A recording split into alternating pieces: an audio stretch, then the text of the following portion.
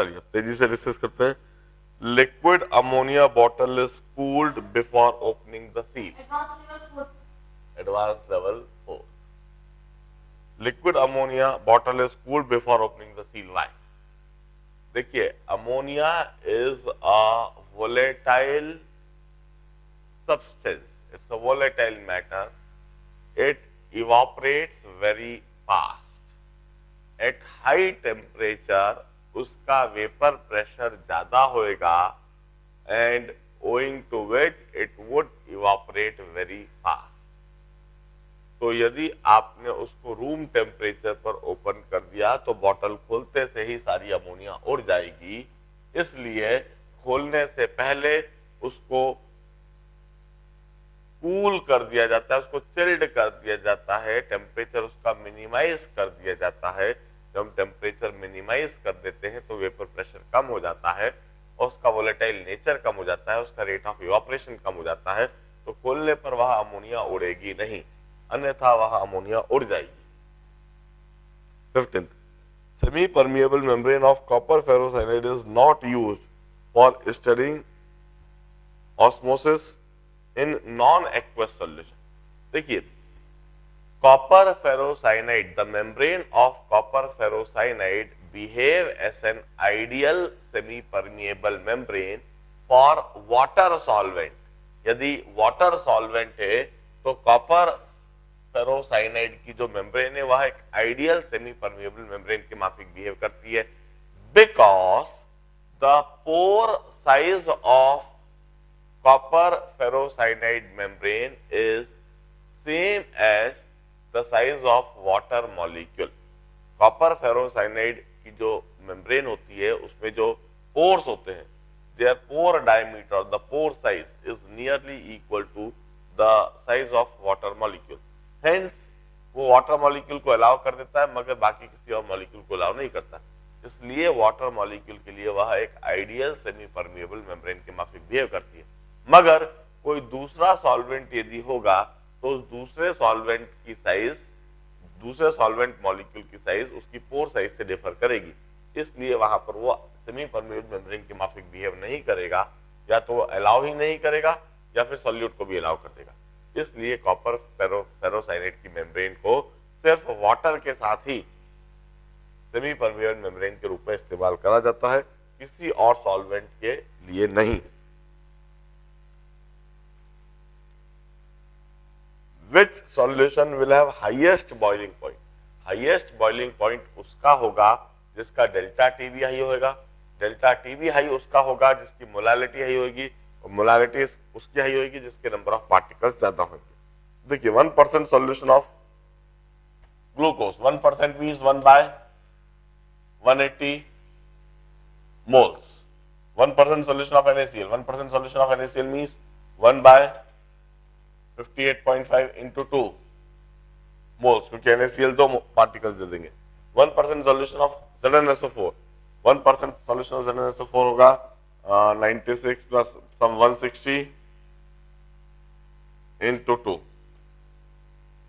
moles, and 1% solution of urea means 1 by 60 moles.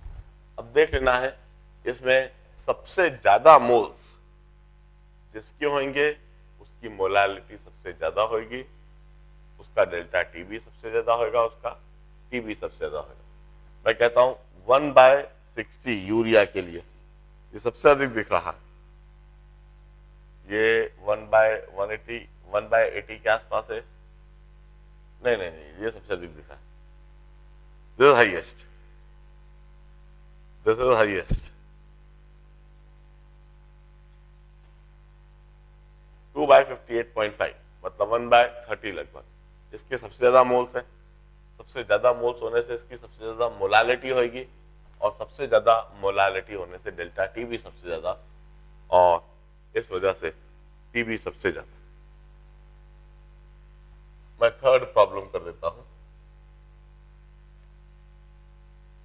The mass of calcium phosphate that must be dissolved in water to form 125 centimeter cube of solution having osmotic pressure of this. Assume complete dissociation of salt. देखिए calcium phosphate होता है CA3PO4 whole twice, it dissociate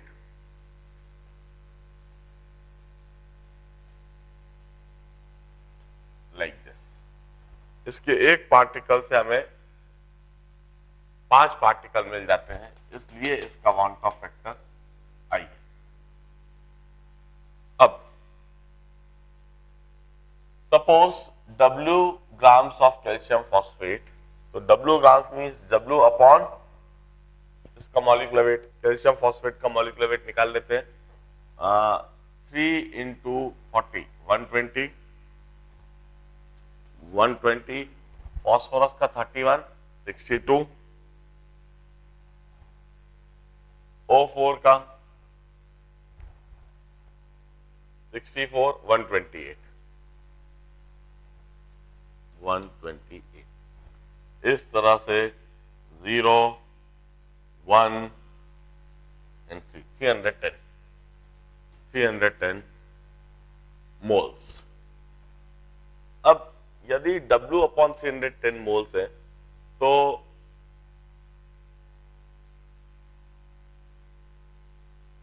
non volatile solute के कितने moles हो जाएंगे? Moles of non volatile solute, क्योंकि एक मोल 5 मोल देता है, तो 5 इंटू W अपॉन 310, तो कंसंट्रेशन कितना हो जाएगा? Concentration is 5 into W upon 310 into 0.125 molar, यह कंसंट्रेशन हो गया। अब हम pi is equal to CRT कर देते हैं। पाई की जगह पर लिख दें 3.4 into 10 to the power -3 ATM, C की जगह 5 into W by 310 into 0.125, R की जगह 0.0821 और टेम्परेचर की जगह 300 kelvin. Solve it to get W.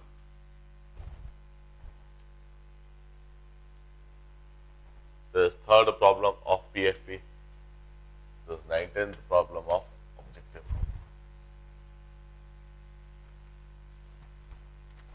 25th problem.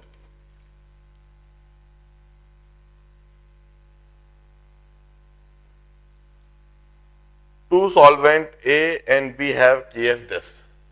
For A, the value of Kf is 1.86. For B, the value of Kf is 2.72. A given amount of substance when dissolved in 500 gram of A, it completely dimerizes.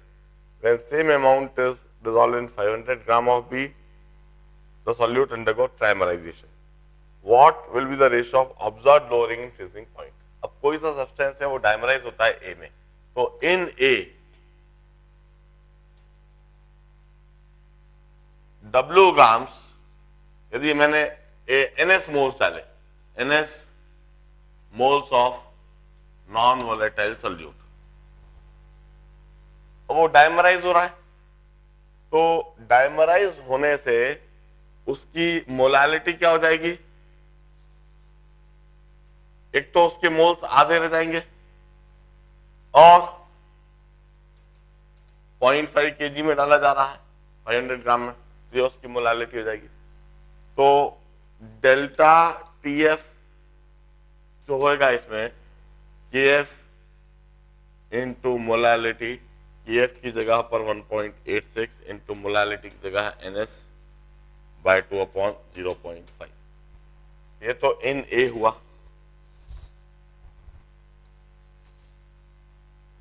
अब इसी तरह से इन B, NS moles of non volatile solute जब हम डाल रहे हैं तो अब उसकी जो मोलालिटी होगी, प्राइमराइज हो रहा है तो NS इंटू 3 अपॉन 0.5, क्योंकि ट्राइमराइज हो रहा है। ट्राइमराइज मतलब 3 मॉलिक्यूल मिलकर एक मॉलिक्यूल बना दे रहे हैं, तो वहां NS मोल्स जो डाले वो ट्राइमराइज होकर NS/3 रह जाएगी। अब NS/3 मोल्स 500 ग्राम में, मतलब 0.5 kg में, तो यह उसकी मोलालिटी रहेगी। अब इसमें डेल्टा TF डैश हो जाएगा KF डैश, इसको KF डैश लिख देता हूं, इनटू मोलालिटी M डैश। तो यह हो गया 2.72 into NS/3 upon 0.5। Get the ratio of TF, delta TF और डेल्टा TF डैश का रेशियो लिख दीजिए, जो भी कुछ है डिवाइड करके।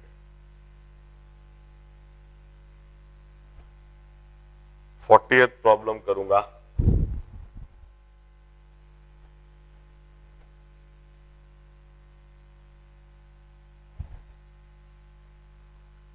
Phenol associate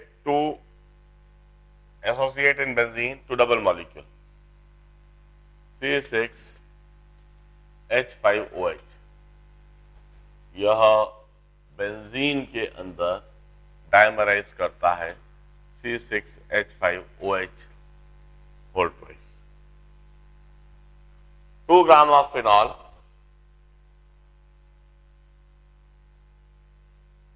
in 100 gram of benzene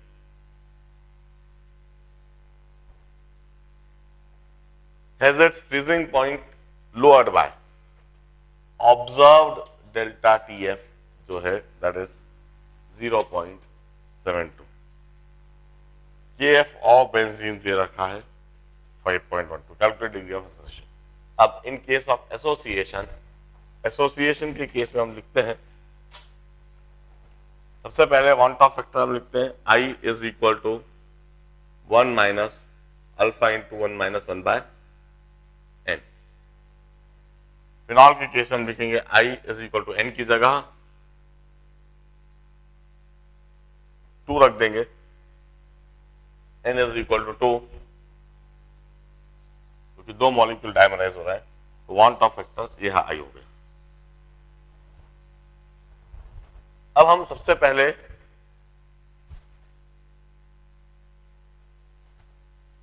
calculated colligative property निकाल देते हैं। Calculated delta TF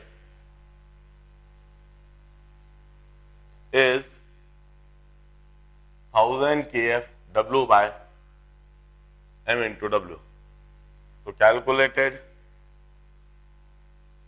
delta TF is 1000, KF की वैल्यू दे रखी है 5.12, weight of solute 2 gram, molecular weight of phenol, molecular weight of phenol हो जाएगा 78, तो C6H6 का हो गया 78 plus 5 83 plus 60 99 into weight of solvent 100। यह कैलकुलेटेड डेल्टा TF हुआ।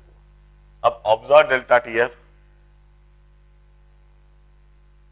Upon calculated delta TF is equal to van't of factor I। Observe delta TF हमें दे रखा है 0.72, कैलकुलेटेड डेल्टा TF हमने इसी समय लिख दिया है, this is some 51.2 into 2 divided by 19, and this is equal to 1 minus alpha by 2. Solve for alpha।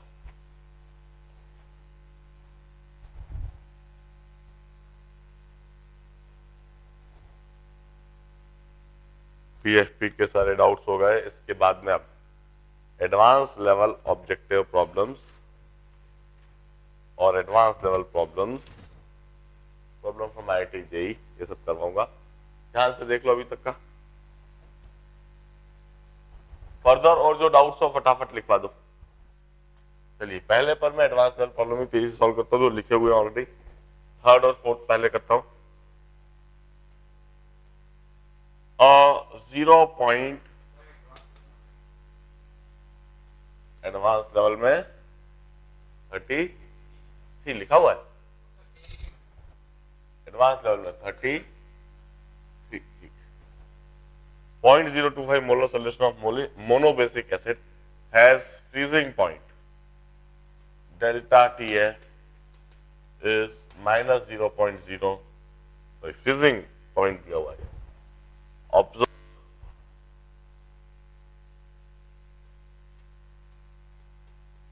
freezing point is -0.060 degree centigrade. What is Ka and Pk of the assuming molarity equal to molarity, Kf is given. देखिए एक simple सा सवाल है यह, खासकर इसमें हमको इसका डिग्री ऑफ डिसोसिएशन निकालना होगा। सबसे पहले Kf दे रखा है,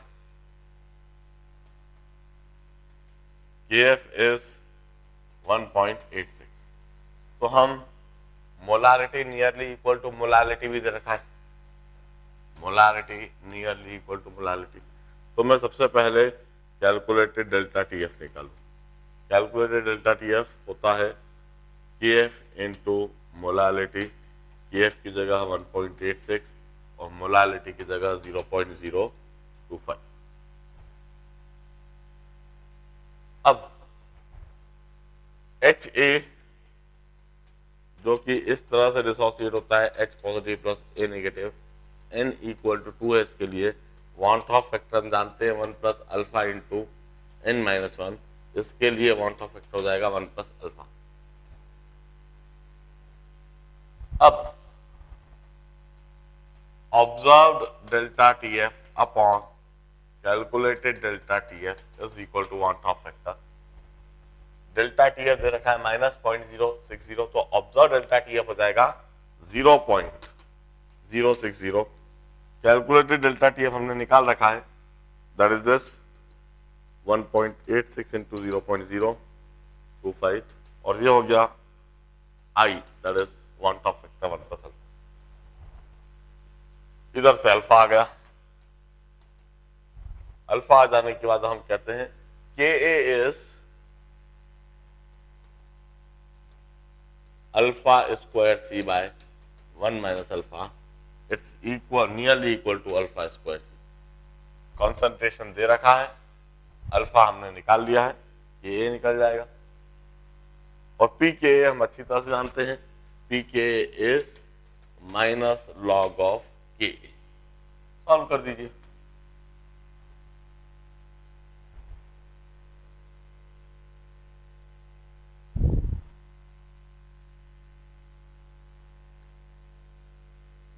फोर्थ प्रॉब्लम सॉल्व करूंगा। Steam distillation of chlorobenzene. Chlorobenzene is observed at 363 Kelvin at total pressure of 760 Kelvin. Steam distillation means पानी के साथ इसका डिस्टिलेशन कर रहे हैं। बेंजीन, क्लोरोबेंजीन और वाटर कंप्लीटली इमिसिबल है। Calculate the amount of water in 1 kg of distillate. अब 1 kg डिस्टिलेट में मैं कहता हूं x ग्राम वाटर है, तो 1000 माइनस x ग्राम क्लोरोबेंजीन। अब P नॉट ऑफ वाटर दे रखा है 538.9, तो P नॉट ऑफ क्लोरोबेंजीन हो जाएगा 760 माइनस 538.9, और x मोल्स ऑफ वाटर हो जाएंगे x अपॉन 18, और मोल्स ऑफ क्लोरोबेंजीन हो जाएगा 1000 minus x upon its molecular weight. Molecular weight of chlorobenzene is 77 plus 35.5। अब इमिसिबल लिक्विड्स में हम कहेंगे P naught of water upon P naught of chlorobenzene equal to moles of water upon moles of chlorobenzene. बस लगा दीजिए 538.9 upon 760 minus 538.9 is equal to x upon 18 upon 1000 minus x upon 77 plus 35.5. Solve it for x.